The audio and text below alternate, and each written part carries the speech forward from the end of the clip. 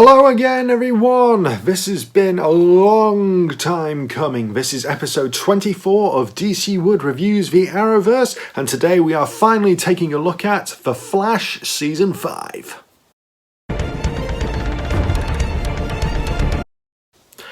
Happy Easter, everyone. I hope you're all okay. Where am I up to these days? Well, it's 2 years now, over 2 years since the coronavirus outbreak began. And I'm still reviewing these Arrowverse shows, and I'll endeavour to get up to date as long as it takes.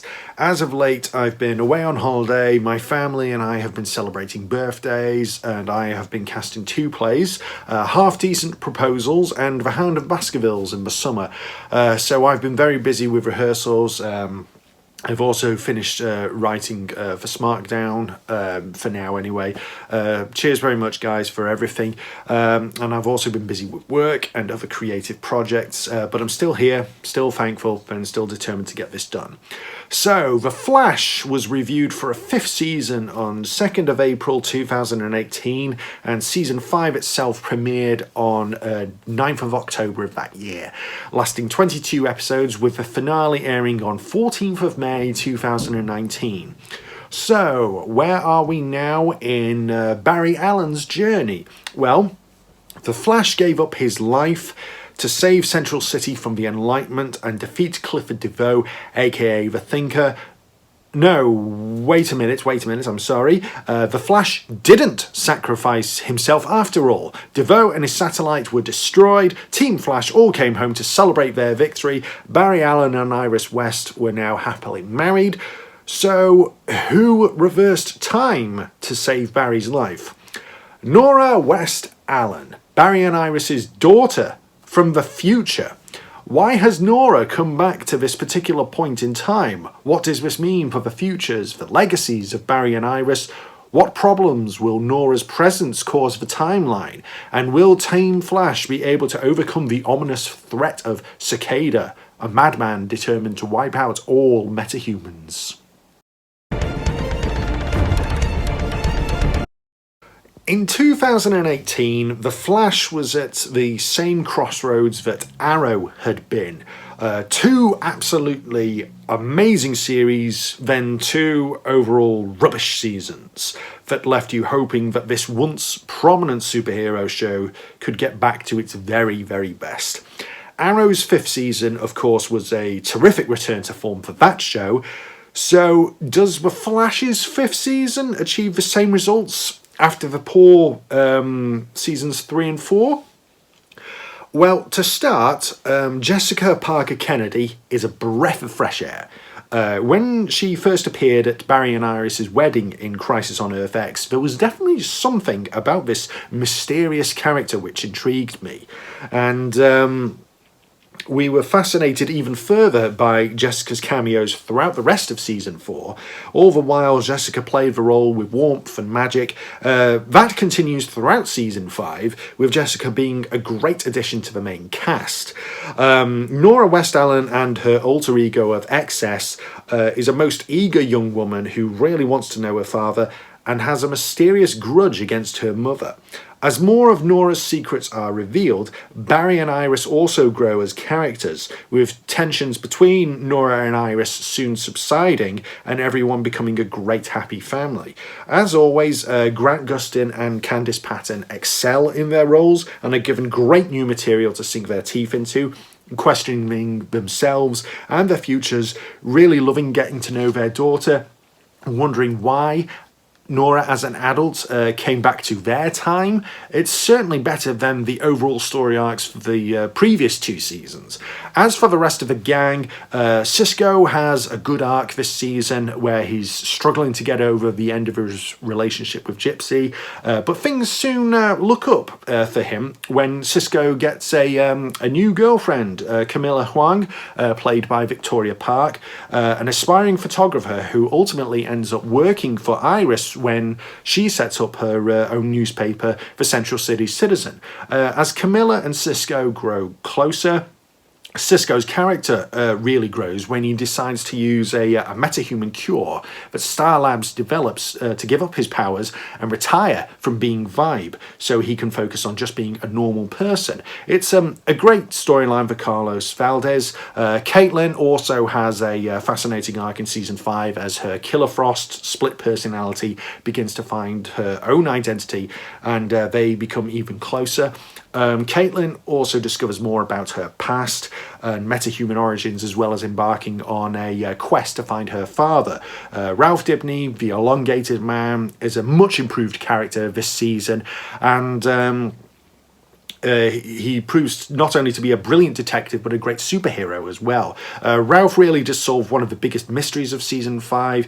It's absolutely fantastic. Cecile Horton also proves to be one of the family in season 5, following Danielle Nicolette's promotion to series regular from being Joe West's partner and mother of their new child to making a difference as a district attorney, and with her new meta abilities.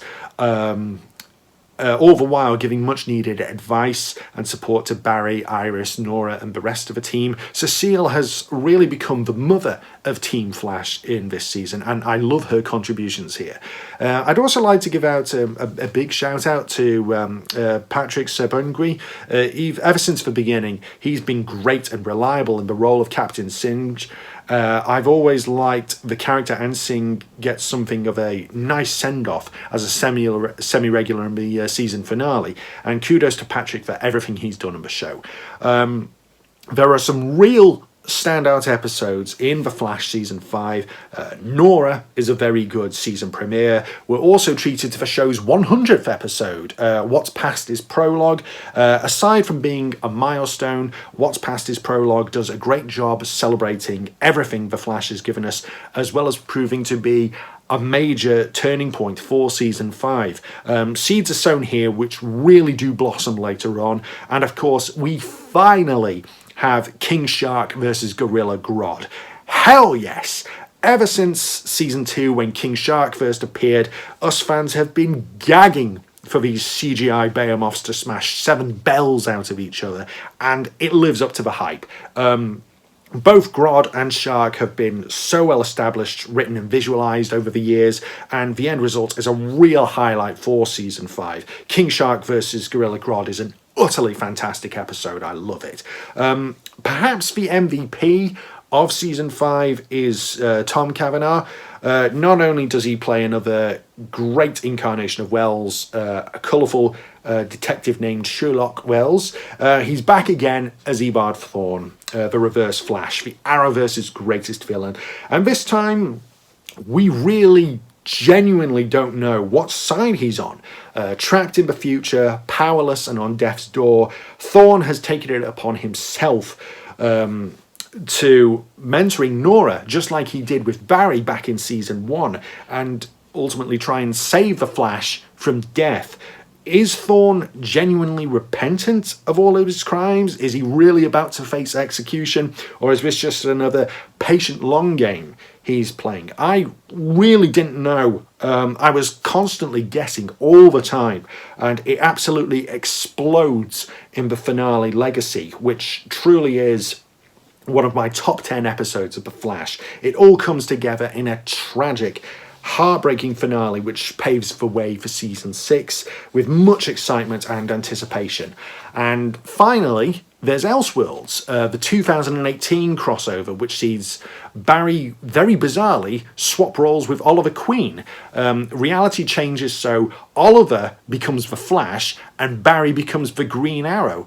Elseworlds is another great crossover which introduces Batwoman, Ruby Rose's Batwoman, Elizabeth Tulloch as Lois Lane, and also brings in Melissa Benoist's Supergirl and Tyler Hoechlin's Superman back into the fold. All to set up Crisis on Infinite Earths. All top notch.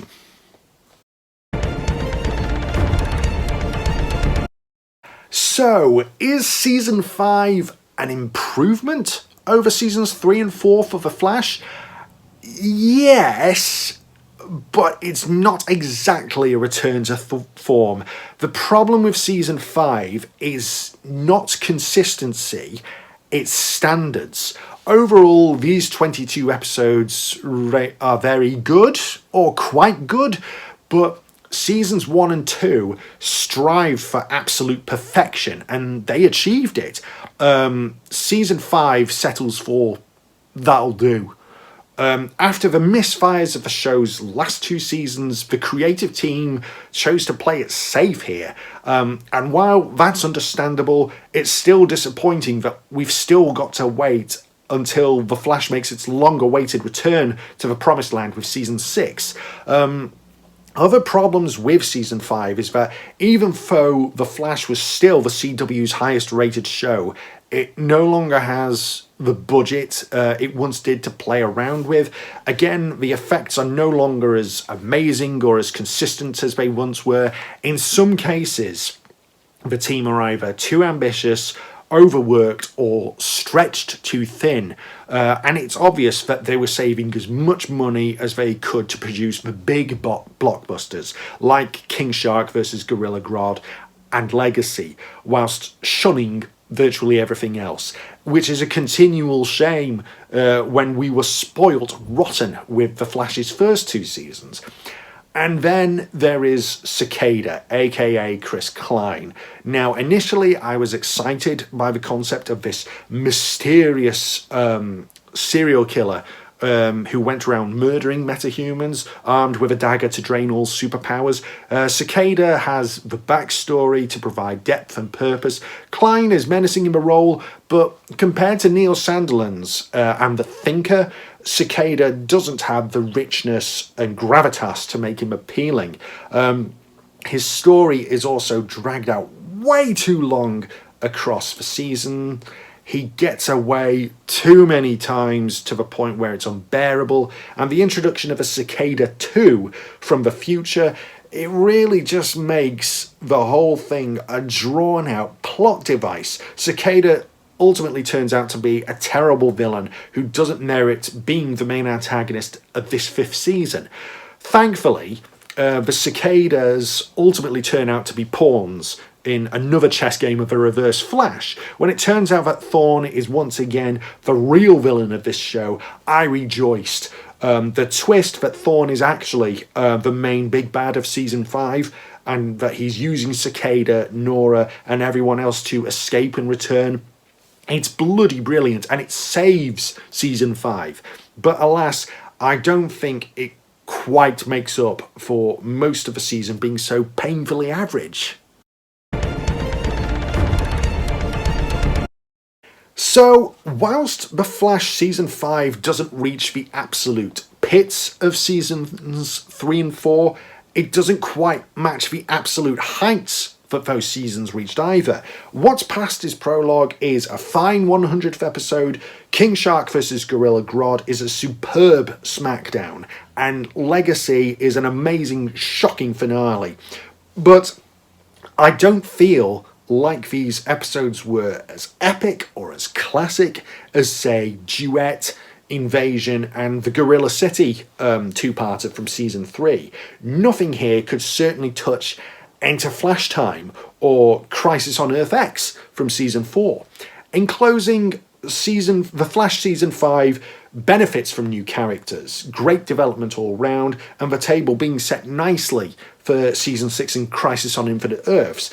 And it's fine, but just fine. Overall rating, 6 out of 10. What did you all think of The Flash Season 5? Please discuss in the comments. Thank you all for liking and subscribing. Please continue to do so. I'll be back with a review of Black Lightning Season 2. Take care and stay safe, everyone. See you again soon, and Happy Easter.